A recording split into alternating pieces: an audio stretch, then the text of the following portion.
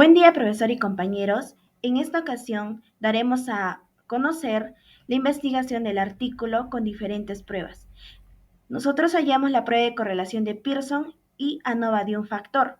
Los integrantes son Denise Alejandra Cadeño Parroque, Edison Paolo Peralta Lozano, Elizabeth Noemí Llanes Sucasaca y Matías Johnson Núñez.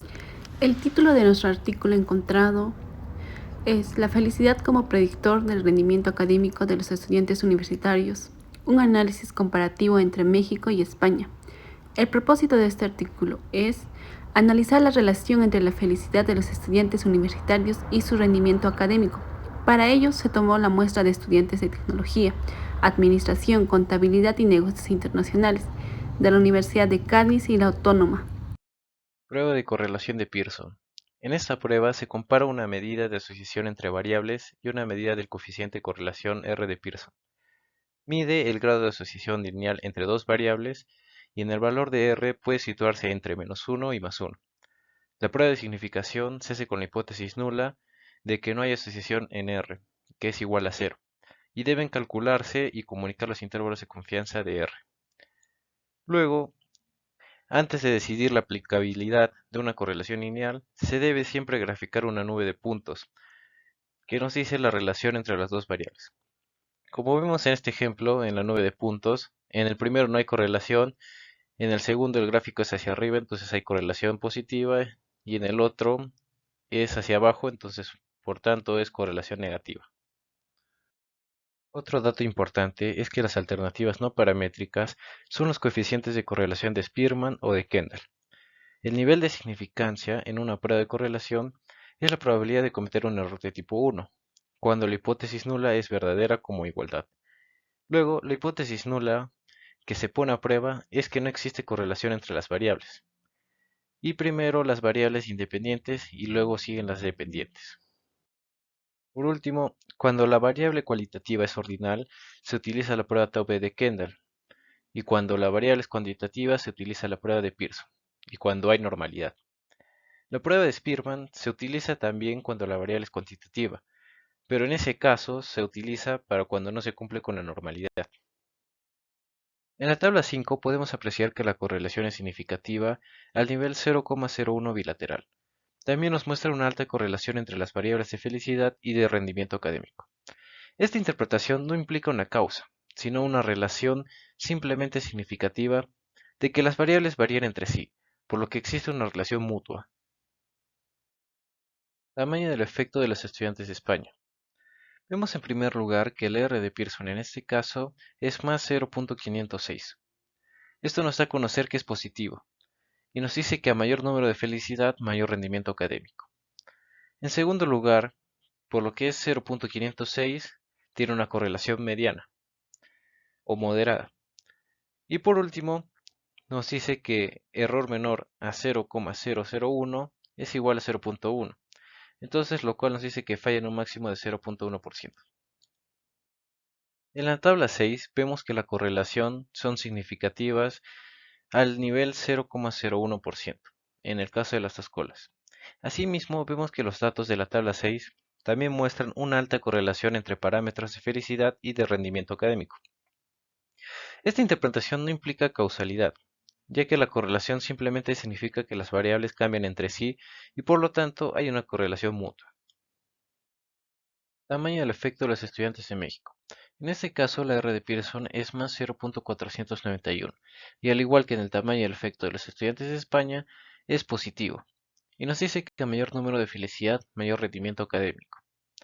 Luego, como es 0.491, también tiene una correlación mediana o moderada, y como su p-valor tiene un error menor a 0,001, falla en un máximo de 0.1%. Eso sería todo por mi parte. A continuación, mi compañera Elizabeth explicará las hipótesis de la tabla 7. En la tabla 7 podemos observar la correlación de Pearson, la evaluación de la hipótesis. La hipótesis alternativa del p-valor es 0.00 menor a 0.05. Se rechaza la hipótesis nula y se acepta la hipótesis alternativa. En los estudiantes universitarios de España tienen mayor felicidad, tienen mayor rendimiento académico. En la hipótesis 2, el p-valor es 0.00, menor a 0.05. Se rechaza la hipótesis nula y se acepta la hipótesis alternativa. En los estudiantes universitarios de la Universidad de México y se tiene la mayor felicidad, tienen mayor rendimiento académico. Ahora yo explicaré sobre la prueba de ANOVA de un factor.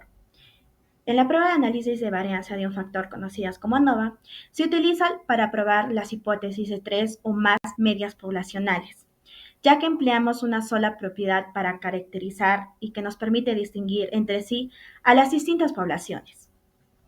Las muestras tienen que ser aleatorias, simples e independientes entre sí.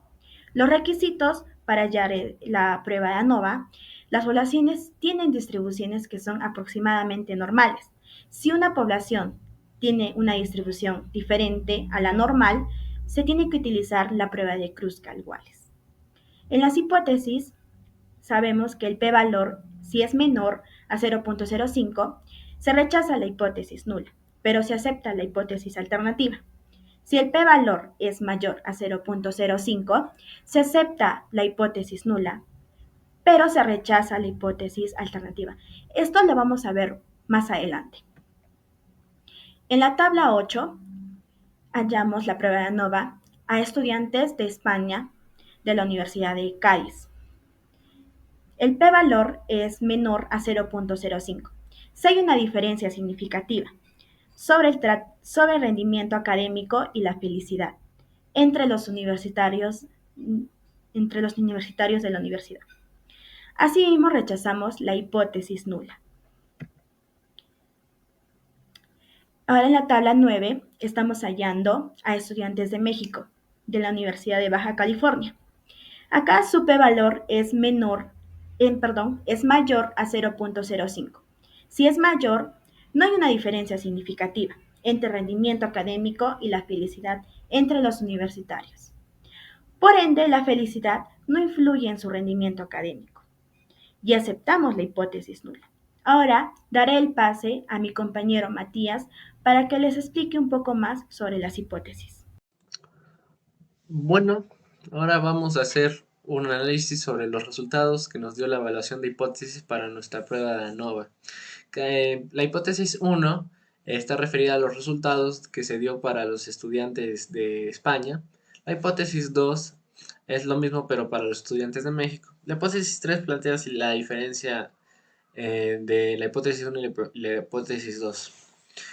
En la hipótesis 1 se acepta la hipótesis alternativa 1, ya que tiene un valor, si nos fijamos, el valor P es de 0.0, lo cual es menor obviamente a 0.05.